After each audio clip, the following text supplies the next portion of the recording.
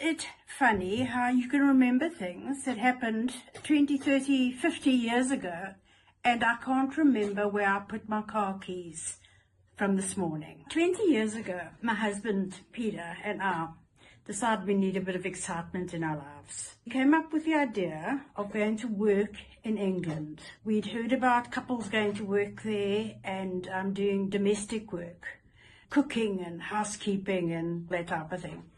We decided this is what we do.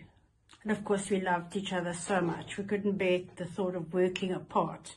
We would only apply for jobs that were for couples. My friend had told me about a magazine in England called The Lady Magazine. You went there and you looked under domestic jobs, and that's where you got these type of jobs. It was decided. In no time at all, we had packed up, stored away a few things, got some tenants staying in our house to go to England. When I say packed up, we bought the most enormous suitcases you've ever seen. I must have thought I was going to Mars, not England. Anyway, we bought these enormous suitcases and off we went. We had nowhere to stay. My son was living in London at that time in a house share. He very kindly let us come and stay with him for a while, just until we found a job. We arrived. We were very grateful.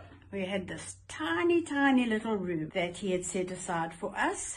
And once we got in there with our enormous suitcases, there was not an inch to spare. I can tell you, you could have broken your neck over those suitcases. We were like sardines. This was in the days before laptops and smartphones and that sort of thing. We had to look for a job. My son said, before you look in the Lady Magazine, why don't you look on the internet? Maybe you can look on there and find something. He gave us directions, and the next morning we set off to the internet cafe.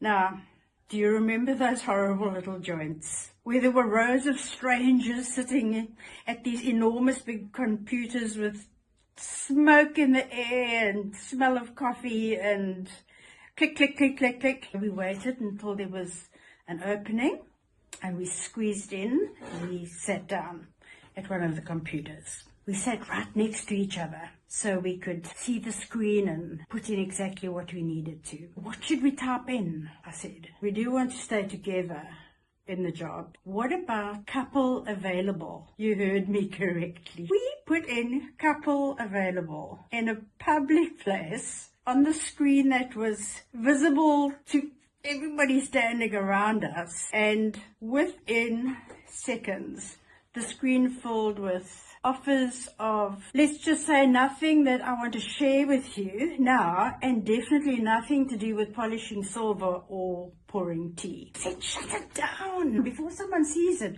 Poor Peter nearly fell off his chair, hitting the off button.